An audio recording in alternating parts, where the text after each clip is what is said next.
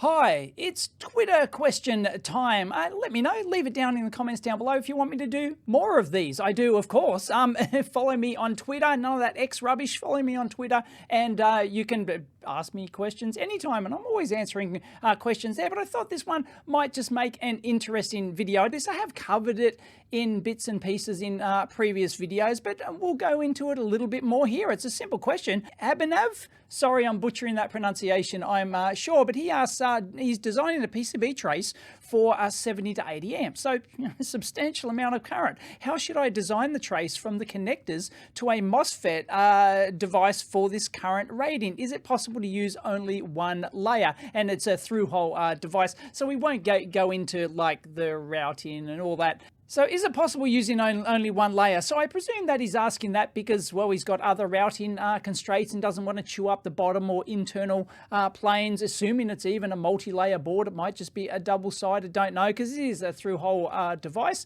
so it could only be a double-sided board, but, you know, you don't know. Anyway, the first thing you want to do is you want to, basically, when you pass current through any conductor, of course, copper is, on the PCB, is a conductor, and of course, Ohm's law, if you've got resistance at a certain current, it's going to drop voltage using Ohm's law, so that could be a problem, but we won't go into the design aspects of like the voltage drop and things like that, but that is one of the things that you have to consider in the design. But also the power dissipation is going to heat up I squared R losses, the current squared times the resistance of the trace, and you can have a big giant plane, it's still going to have resistance on it, and you have to sort of like take that into account. One of the things you really need to do with this is, like, there's a few rule of thumb things, and you can have little, simple charts and stuff like that, which give you a rough trace diameter for a certain current and stuff like that. But there's much more engineering and science actually behind it. So you really need, at a minimum, you need a PCB trace calculator. And the one I use here, I'll show you, it's Saturn PCB Design. It's free. You can just download it. I'll leave a link down below. And it's got all sorts of stuff. Like, it's got tons of stuff. I won't go into all the stuff it's got, but one of the things it does is it's got conductor properties here. So we can put in the various parameters up here, and then it will give us the conductor DC resistance, how much resistance that trace has got. So we can use Ohm's law, we can calculate the voltage. Well, no, it already calculates the voltage drop for us. There it is. And the maximum conductor current that it's capable of. But there's a lot of stuff that goes into this. So let's have a look. There are three major things that dictate how much maximum current a particular PCB trace can handle. One, of course, is the diameter of the trace. Now, obviously, if you've got a little tiny thin, 10 thou trace, it's not going to carry much current at all. So the thicker, the wider trace you make it, the more current, because it's going to lower the resistance. It's going to have less I squared R losses. It's not going to heat up as much. So that's the first thing. But not all copper's the same. So the second thing is the thickness of the copper, because PCB comes in different copper thicknesses, and none of this metric rubbish. We want imperial for this because we work in imperial. And when you order your PCB for manufacture, you should be specifying the copper thickness of every layer in your PCB stack up. And I've done videos on stack up in, not specifically on that, but I've covered it in previous videos. But basically every piece of copper in your, if it's an 8-layer board, you've got 8 layers of copper in there, and you can individually specify the thickness of each layer of the copper in your PCB stack up, it's called. So if you've got if you want to run a real heavy current on one particular plane or one particular layer of your board, then you can specify, okay, I want much thicker copper on that layer, and the manufacturer will do that for you. And if you don't specify any of this, they'll just give you this standard stack up, which might be 1 ounce copper which is 35 micron thickness. You can change it over to metric. There it is there. 1 ounce copper is your standard thickness, but if you've got a multi-layer board, they'll often use ½ ounce thick or maybe even ¼ ounce thick copper on those inner layers. So if you don't specify it, the manufacturer is just pot luck what you actually get. You won't get more than 1 ounce because, copper's expensive, right? And they want to keep the cost low. So your standard board, you won't get any more thickness than 1 ounce copper on any of the layers on your board, unless you specifically ask for it. Then you might jump up to, usually you jump up to 2 ounce for that, so it's twice as thick. So it's going to be lower resistance. And you know, like once you get to like 4, 5, something like that, that's really thick as, right? Really thick and expensive copper, and you do that for like really exotic, you know, applications. If you want really high current board, but it's got to be really dense, for example, and you can't make your trace really thick because you've got real tight routing in there and stuff like that, you might have to go to 4 or 5 ounce copper, or you could even get an exotic one even thicker than that. And the third parameter, which is not as important, but it matters, is whether or not the copper's on the top external layer of the PCB, so the top or the bottom, or whether it's in the internal layers of the PCB, because they'll have different thermal properties. Because if your conductor is dissipating heat and it's wedged in the middle of the, sandwiched in the middle of the board like this, fiberglass is a pretty good insulator, right? So the heat can't get out. So the temperature will, right, like that heat will get trapped, it can't escape, so it'll get hotter, which will increase its resistance, and right, well, it doesn't run away, but right, it's going to get higher resistance the hotter it gets. Whereas the outer layers, they're going to cool more easily. And also the solder mask over the traces can make a difference as well. If you've got solder mask over there, that's an insulative layer on your copper, so that can matter as well. But generally, you know, unless you're really getting down to the nuts and bolts of it, you know, there's only 2 major ones: the thickness of the copper, and the width of the copper. But the layer stack matters too. But it's not like a copper trace just suddenly bursts open and catches on fire or breaks, you know, because you can actually use a PCB as a fuse, a PCB trace as a fuse. And there's a bit of art and science that goes into that. I might have even covered that in a video somewhere. Can't really remember. It doesn't just suddenly magically stop carrying current. It just gets hotter and hotter, and it might delaminate from the board. It might, you know, it glows red hot or whatever, right? So it's all about the temperature rise that you're willing to tolerate in your design. Now you can see here, this is one of the parameters, 20 degrees C temperature rise. Me, personally, I prefer to put a 10 degrees C temperature rise if I'm doing these calculations, but there's no reason for that. It's just my own personal rule of thumb for a 10 degree C temperature rise. And then there's ambient temperature as well if you want to get really fancy-pantsy, okay? So let's actually start using this to do a basic thing. Let's say we've got standard 1 ounce copper here, okay? And we've got no plating, okay? The plating is another thing that matters. It's not only the solder mask over the top that can impact, but most boards are usually solder mask over bare copper, or SMOBC. So you can just say bare PCB like that, okay? And we're going to use external layer. So we've got an external PCB layer here, and we've got a bare PCB, which will have the solder mask over the top. It doesn't really matter whether it has the solder mask. In fact, they don't even have the solder mask in this calculation, but technically it can make a little teensy bit of difference. So 1 ounce copper and 10 mils is ridiculous, right? So let's go for 100 thou, right? 100 thou trace, 100 mil trace, none of that millimeter rubbish. And the conductor length here, we don't know. So it depends on your particular layouts. So the total resistance will depend on the conductor length, of course, and then that will determine the voltage drop which you're willing to tolerate, because that might be part of your electrical design rather than the you've got 2 issues here. You've got electrical and thermal as well. And you might even have high frequency stuff. That's why they've got like skin depth over here and skin depth percentage. Anyway, we definitely won't go into that. We're talking about like DC current. So 100 mils, plain present, no. Parallel conductors doesn't matter for purposes here. Ambient temperature, we're just going to run that. It's an external layer. So let's solve that, okay? There you go. It's 5 milliohms there for a 100 mil wide trace, and that can do a nominal 3.28 amps. So generally so if you try to put 3.3 amps through a 100 mil wide conductor, we can convert that to metric for you metric fanboys, 2.54 millimeters, there you go. It's going to, at 3.3 amps, it's going to rise 10 degrees Celsius if it's on the outside of your board. Is that acceptable to you? I don't know, right? So we're talking 80 amps here, okay? 80, what was it, 70 to 80? 70, so let's take 80 amps, metric, right? 25 millimeter wide trace, right? A 1 inch trace. Let's actually solve that. With 1 ounce copper is only going to do 12.6 amps. So we're going to have to, let's double it to 2 ounce copper. Okay, so twice as thick copper. So we go from 12.67 to 20.9 there. It's not quite doubling. If we go 4 again, will it get to 40? No, it gets to 34, right? It starts to limit it. So you can see that you've got like really thick copper here for a 1-inch wide trace, okay? So this is getting quite an issue. So he talks about like putting it on a single layer. You're really starting to push it, like 4-ounce copper.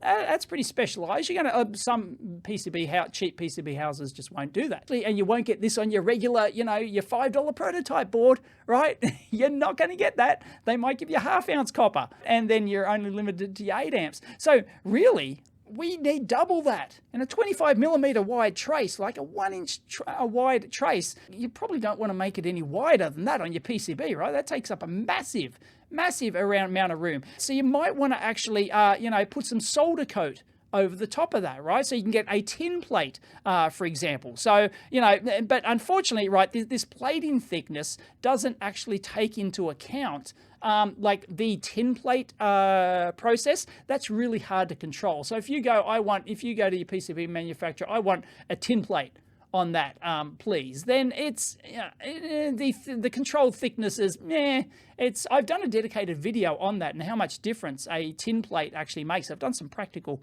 experiments on that. I'll link it in, but you can't really control that. But you might be able to tell them to actually plate it a certain thickness or whatever, right? But once again, this is big increase in manufacturing cost. PCB manufacturers will do absolutely anything. The good ones will. They'll bend over backwards. They'll do anything you tell them to do.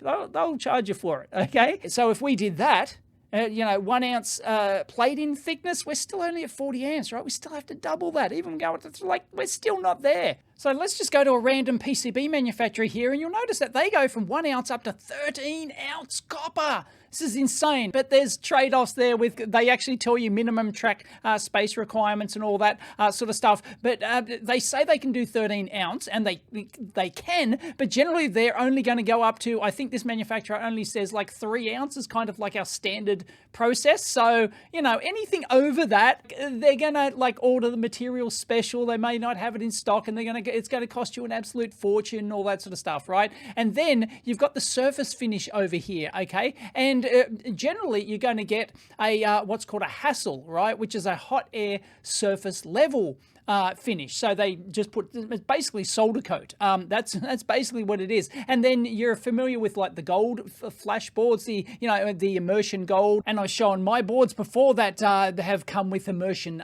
silver. For example, you can get immersion tin, and you can get, there's all sorts of stuff, and you get nickel plated ones and all sorts of stuff, right? Plain copper, you generally, as I said, if you want, here's an example. If you want your traces to be coated with solder coat like this one here, okay, yeah, that can increase your current handling capacity, but it's not really a controlled process. They can't really, it might be hot air finished. You might be able to see like a few bubbles and stuff in there, right? It's not really a controlled process. So you can't really guarantee what your resistance is going to be. It's just hot air, so it's whatever the process just happens to be. But it can increase your current. Now, the way you do that is to remove the solder mask. You have to remove the solder mask over that trace. Otherwise, when they do the board, you're just going to end up with that bare copper. Because as I said, the copper under here is just bare copper. It's SMOBC, solder mask over bare copper. I'll show you.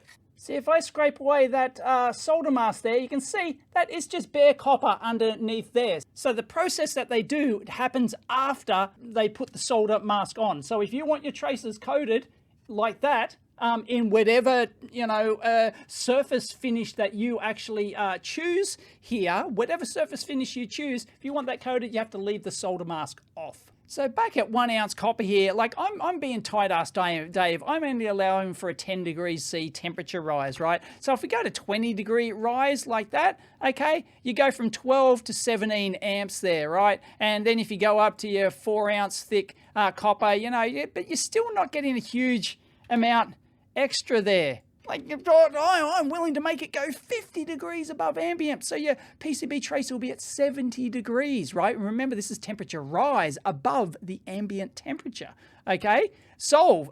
We get to our 80 amps, okay? So if you want to do this single layer and you're willing to fork out for 4 ounce copper board material, and you could maybe get it, it's going to rise 50 degrees C. But once again, these are actually calculations.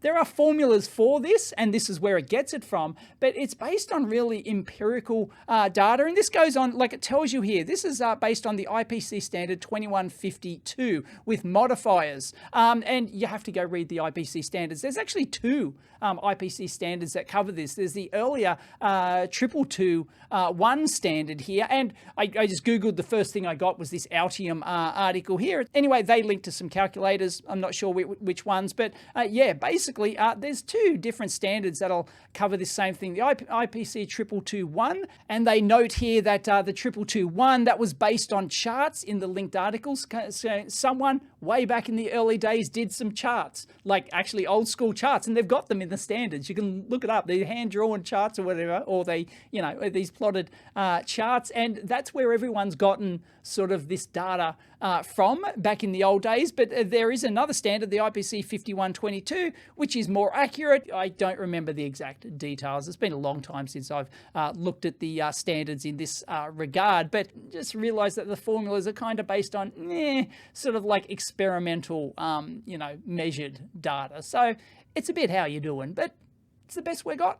Now, interestingly, let's see if internal layer actually makes a difference here. And it doesn't, right? Internal or external layer actually doesn't make a difference here, which is interesting because in practice, it kind of sort of does, although once your board's heated up, you know, like it depends on your your thermal, but the physical part of your design matters. Like if you've got a fan in there and you're blowing over the board, for example, the outer traces, yeah, they can get better thermal properties than the inner traces in there, but it's obviously not taken into account in the IPC 2152 standard. And it's going to matter whether or not whether your trace is adjacent to like a big plane, for example, because you can get conduction between your little trace and the tiny little thin pre-preg in there. There's not much different distance between thickness between your trace on, say, an inner layer and the pre-preg, for example. If you've got it on the outside, it's a bit further apart. And this is why they actually have a plane present thing here, right? So if we click yes here, then this is our current carrying trace, and you can see it's jumped up. It's quite substantial. It's jumped up from 78 amps here for, once again, a 1-inch wide trace for a 50 degrees C rise, you know, and then it jumps up to 121 amps. And we're not running the current through that plane. It's not going through this big blue copper plane down here. It's purely the proximity. This is why they give you, yeah, here it is, distance to plane, right? 10 mils here. So metric, you know, it's only 0.25 millimeters away. So if we actually go from 0.25 millimeters to 1 millimeter there, it should, like, it goes up a bit, right? Because this is all thermal conduction through to the plane. Even though the current's not running through that plane, simply having the plane present, it's more betterer. Anyway, it gets, as you can see, like there's a lot of stuff involved in this if you really want to go down the rabbit hole. But in an answer to the question here, is it possible to use only one layer? And the answer is probably no, not really. Not unless you use like massive traces and you allowed for, you know, a huge temperature rise and stuff like that. So yeah, you'd be using, you know, at least 2 traces, possibly part of your internal plane as well. To get 70, 80 amps is quite substantial. Or you could, as I said, you could like tin plate, you could solder plate the top of those traces, and that increases your current handling capability. So, but once again, that's not going to be factored into this calculator. You can't really calculate that because the thickness of the applied solder, you know, coating on top is, it's not really a controlled process. So you go, I want it lower resistance. Let's, you know, I want to carry more current. I'll just, you know, solder coat it. So you'll see that on all sorts of boards. So let's take it back to a 10 degrees C rise, a 1 inch thick, a 25 millimeter wide trace, which is, like, you know, quite decent, you know, probably the biggest one that you want to run on a board, for example, you know, 35 amps. Yeah, nah, No, you got to look for at least, I'd be using double-sided. And then you got to ask yourself, well, do I want to via stitch down between the two layers? So you stitch them together. It doesn't really help in the resistance side of things, but it helps with, you got extra copper there. It does help a little bit with the thermal dissipation and stuff like that. So you might want to, you might want to via stitch along there just as a matter of course. But you don't want to via stitch until the cows come home, because that just takes away from like your surface area of your copper effectively. So like, yeah, not really. Just run 2 thick traces, top and bottom, probably, you know, an extra internal plane to be sure. Yeah, you could get away with this, 70, 80 amps, you could get away with this on a double-sided board, but yeah, you're going to have to use a thick copper, unfortunately, because if you use your standard 1 ounce stuff, you know, and like 12 amps, you double it, even use 4 layers, you're still not going to get enough, really. So yeah, you're going to want to be using, specify that thicker copper from the manufacturer. And then if you really need like a compact design and you don't like have layout room on your board, you might consider like a bus bar approach. I found one example here. You can see that this board uses these physical bus bars, which run right across the board like this. And of course you can get, you know, you can make those thick as, right? And but you know, you have to get those like custom manufactured, and you'd have to go to a company that manufactures those. So, you know, a specialist manufacturer that makes those. But yeah, bus bars, they're, you know, quite common on like really dense, you know, highly populated boards. So it's definitely worth considering something like that. Like this one here's got like 3 ones. In this particular case, it's carrying power to like all the devices across the board like this. But you know, you can get just one specific one that will, you can actually like, you know, screw it down. You can even make it yourself. You know, you can get a bit of like alloy rod and then like screw it down into like a threaded insert into your board or something like that. You know, actually, in a lot of the teardowns I've done, I think a recent one with the Keysight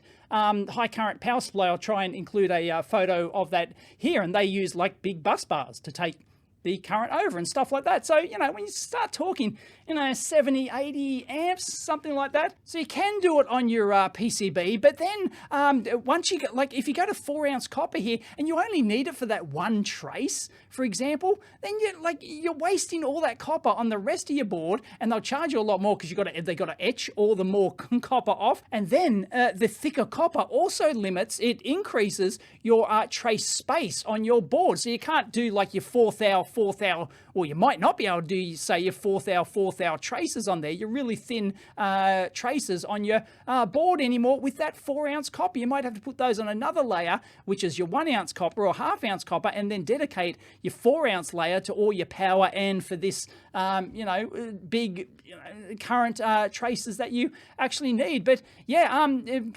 yeah, bus bar-y things are also a very often used option, but you know, it's a custom part, it's another bill of materials part, it's, you know, it's everything else, but that might be a better trade-off. That might actually work out cheaper than the PCB, especially if you've got like a large board. You don't want to waste, like, you know, a big 4 ounce board like this and you only need one little trace like that. You wouldn't do it on the board. You'd design your custom little bus bar there. Yeah, no worries. But there's several ways you can actually do that with thread or metal inserts, and, you know, just screw down a little aluminium block and then screw it in and tighten it up, and Bob's your uncle. And a little trick, if you didn't want to get a custom bus bar manufactured, no worries. You wouldn't be the first person to run just a giant wire link across there. Just get a nice thick ass gauge wire and just cut it to length and solder it on at the production stage. And, you know, unless you're building a million widgets, then that's a perfectly acceptable solution, especially if you only got like one trace or 1 or 2 traces